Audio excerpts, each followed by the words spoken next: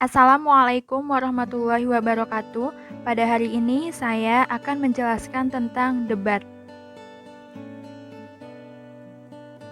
Apakah debat itu? Pernahkah kalian berdebat dengan seseorang? Atau mungkin kalian pernah melihat suatu kegiatan yang menunjukkan perdebatan?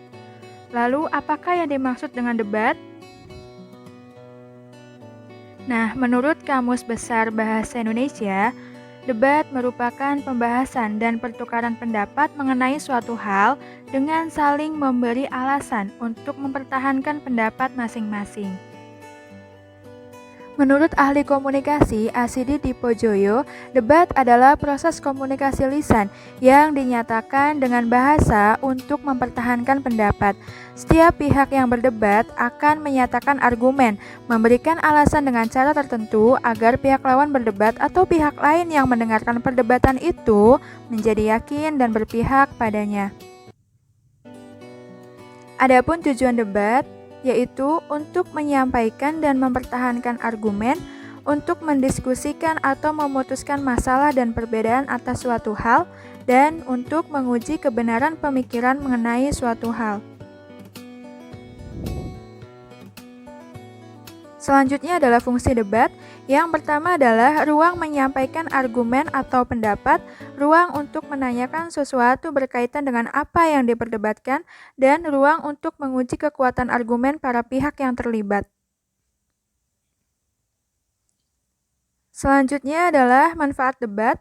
Yang pertama adalah memberikan wawasan luas, melatih kemampuan berpikir, melatih mental, dan melatih kemampuan berbicara. Berikutnya adalah jenis-jenis debat. Yang pertama adalah debat parlemen. Debat parlemen adalah debat yang biasanya terjadi di tatanan eksekutif, yudikatif, atau legislatif suatu negara.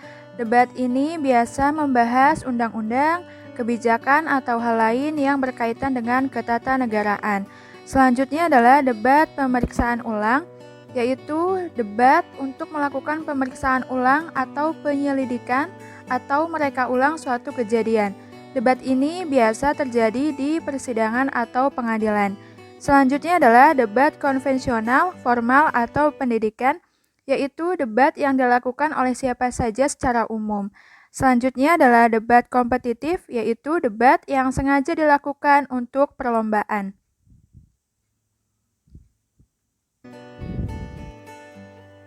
Berikutnya, hal-hal yang harus diperhatikan saat debat. Pertama yaitu pertanyaan atau pernyataan dikemukakan secara jelas, tepat, dan logis. Yang kedua, menyajikan materi atau isi dengan tepat. Dan yang ketiga adalah memastikan kebenaran bukti yang disampaikan. Selanjutnya adalah unsur-unsur debat. Yang pertama adalah mosi. Mosi merupakan topik atau judul perdebatan yang akan diargumentasikan atau disebut juga dengan tema debat. Kemudian yang kedua ada tim. Tim ini lalu dibagi menjadi 3. Ada tim afirmatif, yaitu tim yang setuju dengan topik yang sedang dibicarakan atau disebut juga sebagai tim pro. Kemudian ada tim oposisi, yaitu tim yang tidak setuju dengan hal yang diperdebatkan atau disebut juga sebagai tim kontra. Kemudian ada tim netral, yaitu tim yang tidak memihak kedua belah pihak, baik pihak afirmatif maupun pihak oposisi. Akan tetapi tim netral ini dapat memberikan argumennya berupa dukungan atau sanggahan kedua belah pihak, yaitu ke tim afirmatif maupun tim oposisi. Selanjutnya adalah moderator. Moderator merupakan orang yang memimpin jalannya debat. Yang terakhir adalah notula, yaitu orang yang mencatat hal-hal penting yang terdapat dalam perdebatan. Selanjutnya adalah tata cara debat. Pertama yaitu pembuka oleh moderator. Biasanya dalam pembuka ini, moderator memperkenalkan dirinya, juga orang-orang yang terlibat dalam debat, yaitu pengenalan setiap tim atau tokoh-tokoh yang menjadi peserta debat. Kemudian yang kedua adalah penyampaian isu atau topik, yaitu penyampaian isu atau topik atau masalah maupun persoalan yang akan diperdebatkan. Kemudian pelaksanaan debat di mana setiap tim mulai memberikan argumentasinya, baik argumen pro maupun kontra. Kemudian simpulan yang disampaikan oleh setiap tim atau peserta debat atau disebut juga sebagai closing statement setiap tim atau peserta. Yang terakhir adalah penutup yang disampaikan oleh moderator. Berikutnya ada struktur debat. Yang pertama ada pengantar yang berisi tentang topik atau isu yang akan dibahas. Kemudian ada argumen dan simpulan. Ini akan saya jelaskan di slide berikutnya. Dalam struktur teks debat, yang pertama adalah pengantar yang terdapat permasalahan atau isu dalam debat.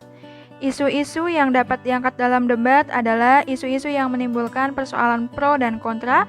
Kriteria isu pro dan kontra adalah pertama, menyentuh sisi emosional publik ataupun mendapat perhatian media massa karena faktor kemanusiaan.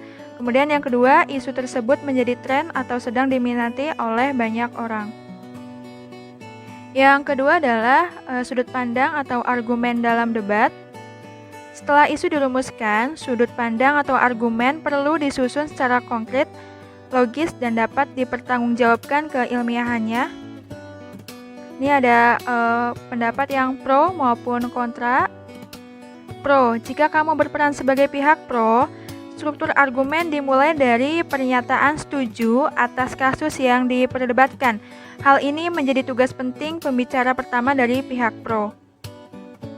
Yang kedua, argumen pihak pro dapat dilanjutkan dengan poin-poin mengapa mereka setuju terhadap kasus yang diangkat dengan menggunakan contoh pengandaian, teori akademis, atau berita dalam mendukung argumen. Selanjutnya adalah tim kontra. Jika kamu berperan sebagai pihak kontra, struktur argumen yang kamu buat harus mencukupi dua hal pokok, yaitu sanggahan dan argumen. Sama seperti pihak pro, pihak kontra diperbolehkan untuk menggunakan contoh, pengandaian, teori akademis, atau berita dalam mendukung argumen. Yang ketiga adalah simpulan. Dalam membuat simpulan debat, tentu membutuhkan pemahaman dan interpretasi dari argumen-argumen yang disusun dari kelompok pro ataupun kontra. Adapun langkah-langkah dalam menyusun simpulan ada 3. Yang pertama adalah memperhatikan pelaksanaan debat, terutama pada saat pengungkapan argumen. Kemudian yang kedua, menjabarkan argumen dari pihak yang pro dan kontra. Dan yang terakhir adalah menginterpretasi argumen dari pihak pro dan kontra secara objektif. Maksud dari interpretasi itu adalah pemberian kesan, pendapat, atau pandangan teoritis terhadap sesuatu atau persoalan. Sedangkan objektif itu artinya adalah sesuai dengan kejadian yang sebenarnya. Kemudian ada kaidah kebahasaan debat. Yang pertama adalah kalimat kompleks. Kedua ada kata hubung. Ketiga kata rujukan. Dan yang keempat adalah pilihan kata atau diksi. Kalimat kompleks yaitu kalimat yang terdiri dari 2 verba atau lebih dalam satu kalimat. Contohnya yaitu pada kalimat, menurut saya pengguna ponsel yang tidak bertanggung jawablah yang menyebabkan ponsel dapat membahayakan kehidupan mereka sendiri dan orang lain. Pada kata menyebabkan dan membahayakan merupakan kata verba. Selanjutnya ada kata hubung atau konjungsi, yaitu kata yang menghubungkan antar kata atau kalimat, contohnya seperti dan, yang, atau, sedangkan, berikutnya, selanjutnya, kemudian, oleh, karena itu, dan masih banyak lagi. Berikutnya ada kata rujukan, merupakan kata yang menunjukkan rujukan sebagai pemberi informasi, contohnya berdasarkan data, merujuk pada pendapat, atau bisa juga menggunakan kata ini, itu, dia, di sana, dan di situ. Yang terakhir ada pilihan kata atau diksi, yaitu pemilihan kata yang tepat dan selaras penggunaannya. Contohnya di sini ada 3 kalimat. Yang pertama ada saya melihat tikus mati di jalan kemarin sore. Kemudian tadi pagi saya mendengar siaran orang meninggal di masjid. Dan yang terakhir ada banyak pahlawan yang gugur pada pertempuran 10 November di Surabaya. Jadi pemilihan kata atau diksi ini adalah pemilihan kata yang memang sesuai atau selaras dengan penggunaannya. Pada kalimat pertama, hewan menggunakan kata mati.